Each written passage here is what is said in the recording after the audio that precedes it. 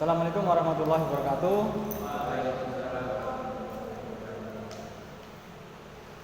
Alhamdulillahirabbil alamin. Wassalatu wassalamu ala asrofil anbiya wal mursalin Muhammadin wa ala alihi washabbihi ajmain. Amma ba'du.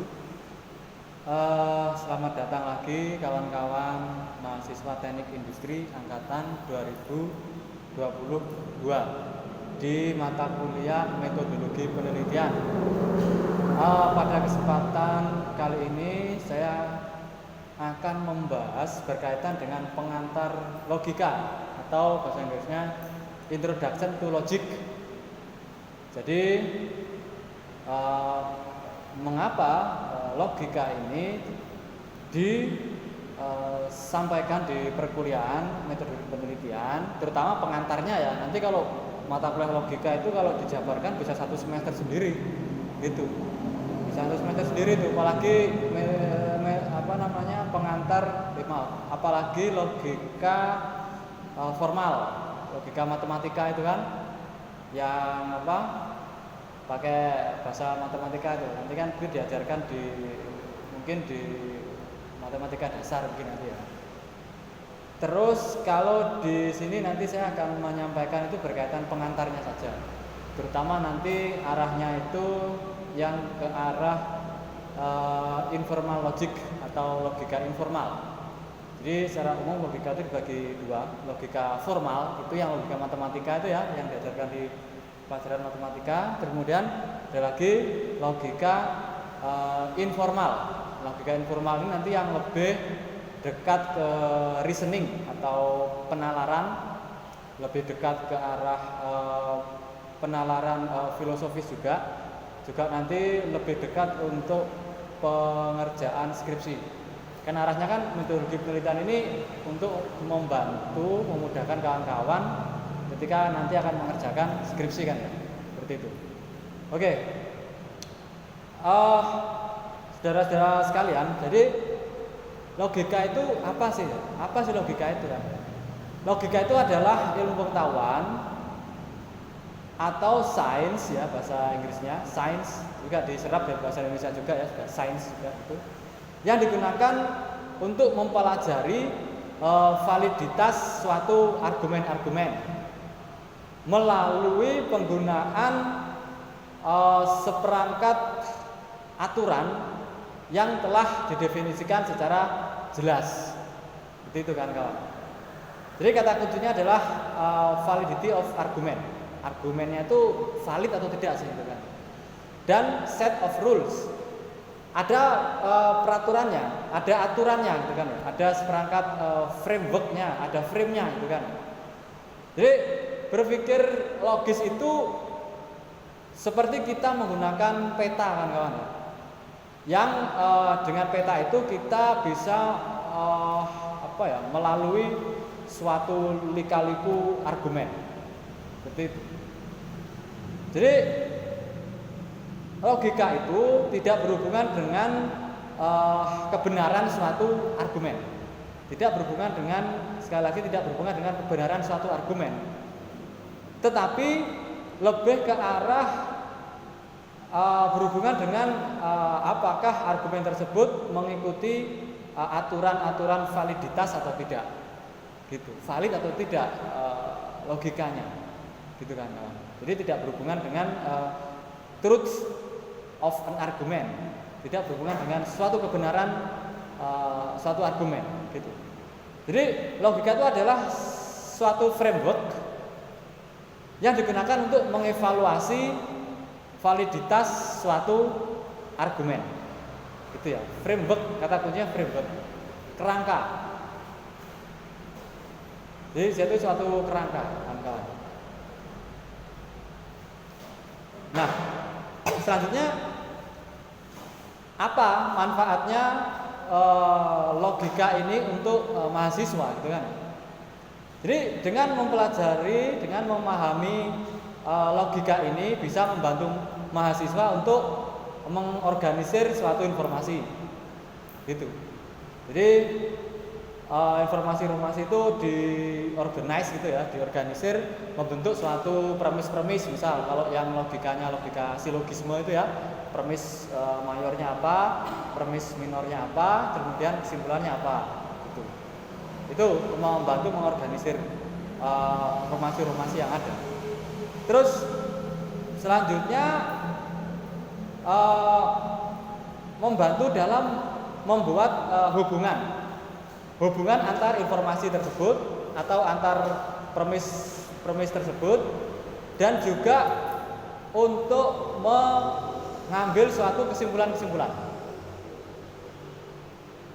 yang mana kesemuanya ini baik itu mengorganisir informasi-informasi, kemudian membuat hubungan-hubungan, membuat korelasi-korelasi, membuat koneksi-koneksi yang pada akhirnya nanti akan membentuk suatu kesimpulan-kesimpulan. Kesemuanya ini merupakan skill-skill atau keterampilan yang dibutuhkan dalam berpikir kritis atau critical thinking itu. Jadi untuk bisa berpikir kritis itu ya kita menggunakan frame atau menggunakan kerangka logika ini kan kawan. Itu. Berpikir logis itu juga membutuhkan pengorganisasian atau pengorganisiran suatu informasi-informasi, dan juga membutuhkan menghubung-hubungkan ya, membuat koneksi-koneksi, membuat relasi-relasi antar informasi-informasi tersebut untuk mengambil suatu kesimpulan. Gitu, saudara-saudara sekalian.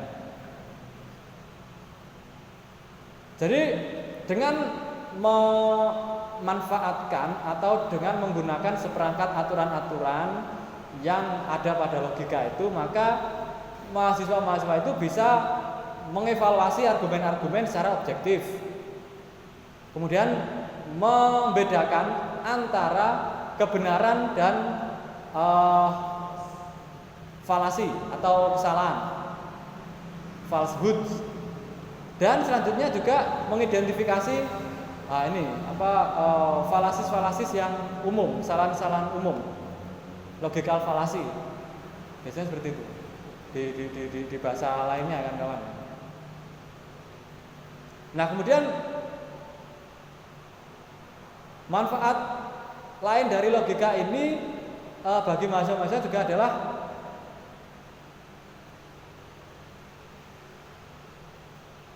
untuk ini membantu mengkonstruksi atau membentuk argumen-argumen mereka baik secara oral maupun secara tertulis. Kalau secara oral itu atau secara lisan itu saat saudara-saudara misal presentasi tugas, presentasi proposal penelitian skripsi, presentasi hasil penelitian skripsi, presentasi untuk ujian komprehensif, itu dengan bantuan seperangkat aturan-aturan logika ini, maka mahasiswa akan diuntungkan atau mendapatkan manfaat gitu. Dan juga tertulis misal saat saudara-saudara nanti menulis skripsi, itu kan juga ada seperangkat logikanya juga, ada kerangka berpikirnya. Nah itu logikanya di situ, ada kerangka berpikirnya. Terus kemudian menulis publikasi di jurnal ilmiah atau makalah ilmiah yang diterbitkan di jurnal ilmiah itu juga memerlukan logikanya tidak boleh mengandung falasis tadi itu atau kesalahan-kesalahan logika tadi itu tidak boleh. Begitu kan kawan. Jadi logika ini, ilmu logika ini atau pembahasan kita tentang logika ini merupakan keterampilan yang dapat digunakan pada keseluruhan mata kuliah dan digunakan pada karir jenengan ke depannya. Itu. Jadi semua mata kuliah di program studi teknik industri tempat saudara-saudara belajar itu juga semuanya memerlukan logika. Apalagi logika matematika itu kan, itu sangat digunakan sekali itu kan kawan ya di ketika saudara-saudara itu misalnya penelitian tentang sistem otomasi pabrik gitu kan ya. Itu semuanya membutuhkan logika semua pasti itu. Dan ada banyak jenis bermacam-macam logika. Itu kan kawan ya. Terutama logika formal itu banyak sekali macamnya. Fuzzy logic, logika fuzzy. Kalian pernah dengar ya? Pernah dengar? Belum pernah? Belum pernah ya. Nanti itu ketemu pasti kalau dengan di otomasi belum ini mata kuliah otomasi industri belum dapat. IoT belum ya? Internet of Things belum ya? Itu biasanya nanti akan digunakan untuk algoritma untuk microcontroller. Itu banyak sekali nanti macam-macam logika ini. Itu kalau itu termasuk logika formal kalau itu. Nanti pakai logika matematika. Gitu. Kalau nanti untuk menulis skripsi itu bisa mungkin kalau pas menyusun argumentasinya itu nanti biasanya menggunakan logika informal gitu ya kan kawan. Jadi sangat berguna sekali bagi perkuliahan kawan-kawan maupun juga untuk karir ke depan. Misal saudara-saudara besok menjadi manajer di suatu perusahaan atau di suatu industri, suatu pabrik tertentu. Iya, kalau logika saudara-saudara lemah, kemudian presentasi di depannya komisaris atau direktur perusahaan tersebut ya bagaimana? Kan itu makanya di perguruan tinggi itu dilatih baik secara lisan itu mengerjakan presentasi di kelas gitu kan ya, atau juga penulisannya karena di perusahaan juga memerlukan laporan-laporan juga kan ya, seperti itu. Nah ini sekarang apa perbedaan logika dan penalaran atau reasoning? Apa bedanya logika dan penalaran? Bedanya the difference between logic and reasoning gitu kan. Jadi logika itu adalah suatu kerangka eksternal yang berisi seperangkat aturan-aturan tertentu yang telah ditentukan. Itu logika. Kemudian reasoning atau penalaran itu adalah proses internal yang dapat mempengaruhi pengetahuan atau kepercayaan. Itu bedanya ya. Jadi kalau penalaran itu internal proses yang nanti akan mempengaruhi pengetahuan dan kepercayaan. Kalau logika itu kerangka kerja eksternal yang mengandung aturan-aturan yang telah ditentukan. Itu logika. Nah, tadi kita bahas tentang logika, sekarang bahas tentang penalaran. Ini karena berhubungan ya, saudara-saudara ya, antara penalaran dan logika ini. Kalau penalaran atau reasoning itu apa manfaatnya untuk mahasiswa? Jadi penalaran atau reasoning ini memberikan perlengkapan bagi mahasiswa dengan sebagai alat untuk berpikir secara kritis. Kemudian bisa juga untuk membuat suatu keputusan, decision, atau untuk menyelesaikan suatu masalah atau problem solving, to solve a problem. Itu reasoning. Jadi penalaran itu sudah berhubungan dengan berpikir secara kritis, kemudian arahnya nanti untuk membuat suatu keputusan dan untuk menyelesaikan suatu masalah. Yang kesemuanya ini, ketiganya ini,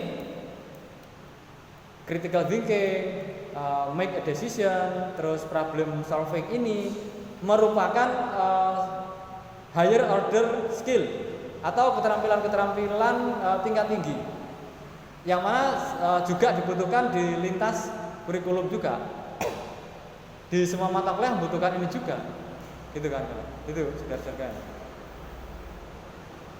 Nah ini, jadi manfaatnya penalaran ini untuk mahasiswa, reasoning atau penalaran ini adalah untuk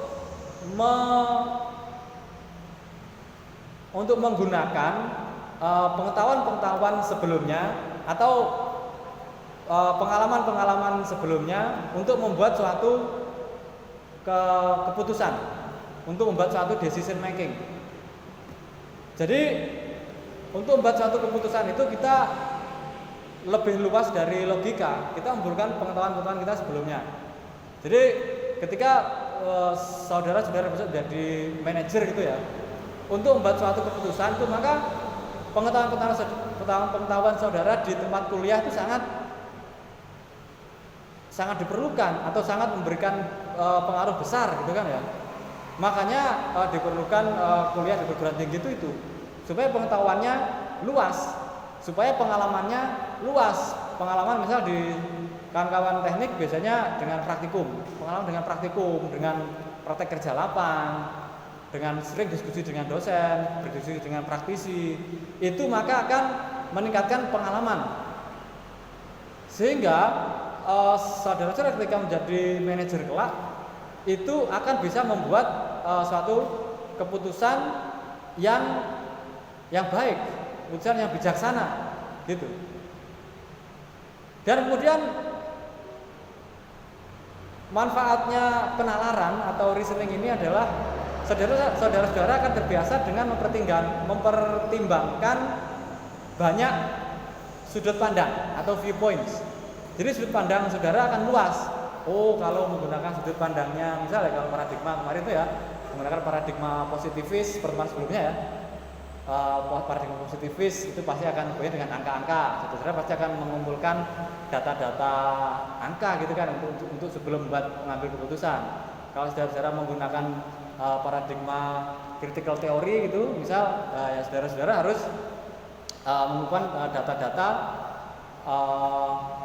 data-data kualitatif, memperbanyak wawancara atau deep interview wawancara mendalam dengan para calon dengan key person atau informan kuncinya siapa gitu kan, mungkin manajer atau apa gitu kan, atau dengan ini misal kalau penelitiannya ke ini ya di tingkatan struktural itu, atau mungkin dengan wawancara dengan ini misal ketua serikat buruhnya misal seperti itu ya. Ini sehingga banyak sudut pandang, gimana sudut pandangnya, atau wawancara dengan pihak komisarisnya atau dengan direkturnya kan, itu kayak person itu yang nanti bisa untuk mengambil data kualitatifnya kalau menggunakan critical theory misalkan seperti itu, atau metode kualitatif itu kan kawan, menggunakan paradigma kualitatif atau paradigma critical theory misalnya. Dan juga penggunaan bukti-bukti atau evidence untuk mensupport atau memberikan dukungan pada keputusan-keputusan itu. Jadi kalau sudah kita berbicara tentang penalaran atau reasoning, itu arahnya sudah ke arah pengetahuan-pengetahuan sebelumnya, sudah melibatkan pengalaman-pengalaman sebelumnya, melibatkan banyak sudut pandang, sudah banyak melibatkan bukti-bukti atau data-data. Itu penalaran. Kalau logika tadi itu ya dia itu frame-nya atau kerangkanya gitu kan, kerangkanya. Dari kerangka ini kemudian dari kerangka berpikir ini, dari framework ini, kerangka kerja ini yang ada di logika tadi itu, maka ditambahi dengan pengetahuan yang sebelum-sebelumnya, terus pengalaman-pengalaman sebelumnya, terus juga mempertimbangkan berbagai macam sudut pandang, mempertimbangkan bukti-bukti atau data-data, maka yaitu yang disebut dengan reasoning atau penalaran. Tahu bedanya ya antara reasoning atau penalaran dengan logika atau logik tuh? Dari sini paham kan kawan ya bedanya ya? Seperti itu.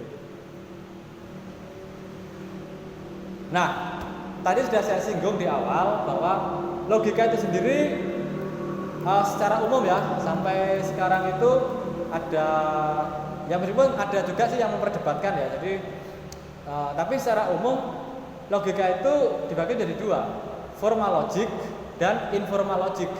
Formal logic itu ya logika matematika itu yang dulu pernah dipelajari saudara-saudara di SMA itu. Terus kalau informal logic ini, misal saya ambil dari Johnson and Blair ya tahun 2000, itu mereka mendefinisikan tentang informal logic. Informal logic designates that branch of logic whose task is to develop non-formal. Jadi lebih ke arah non-formal standards, kriteria, procedures for the analysis, interpretation, evaluation, critique and construction of argumentation in everyday discourse. Jadi kata kuncinya itu adalah membuat suatu standar atau kriteria atau prosedur analisis, interpretasi, evaluasi, kritik, dan mengkonstruksi argumen berdasarkan berdasarkan diskusi-diskusi harian seperti kita hari ini. Arahnya mungkin penulisan penalaran deskripsi saudara-saudara itu nanti juga arahnya ke informal logic gitu. Jadi dia tidak menggunakan simbol-simbol, tapi lebih ke arah analisis teks, biasanya seperti itu. Kalau pada yang logika formal tadi, logika matematika, nanti akan banyak menggunakan simbol-simbol gitu. Seperti itu kan, seperti saudara sekalian ya.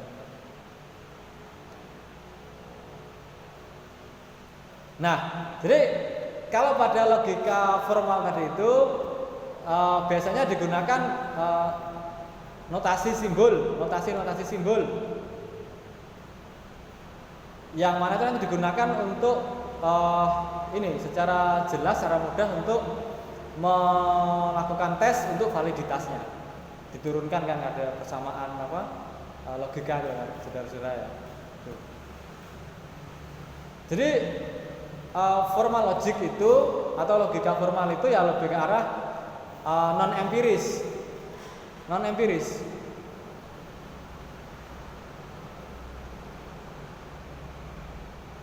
Jadi logika formal itu yang paling dekat analoginya adalah dengan matematika, gitu. Itu logika formal kan kawan, gitu ya, saudara-saudara. Kalau informal logic ini ya lebih dekat dengan lebih dekat dengan filsafat, analisis teks, analisis argumentation tadi itu kan ya, argumen lebih ke arah teks itu, yang arahnya ke situ, saudara-saudara ya. Jadi semoga ini bisa bisa dipahami semoga.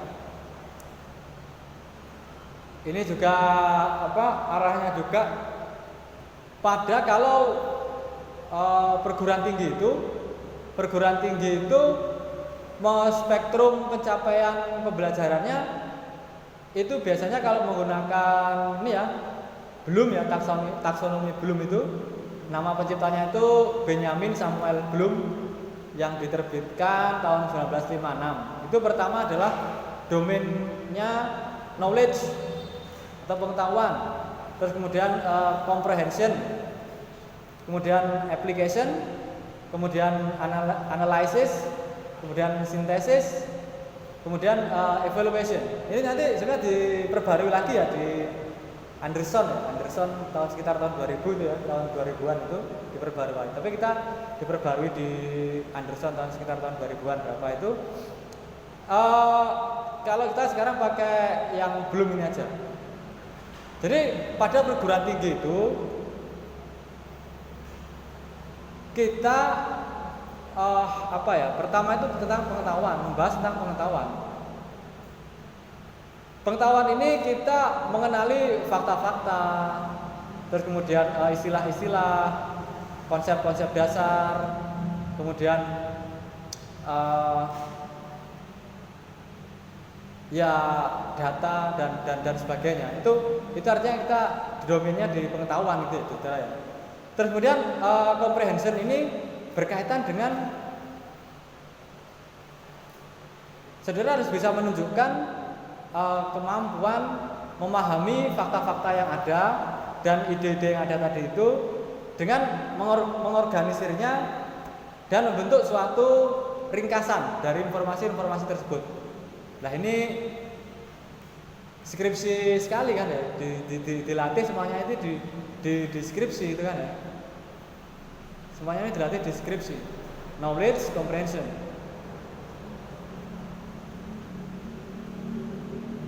Seperti itu, saudara-saudara sekalian. Nah, skripsi itu merupakan wujud konkret untuk membuktikan kemampuan saudara-saudara dalam menjelaskan dan berargumentasi, ya itu pentingnya.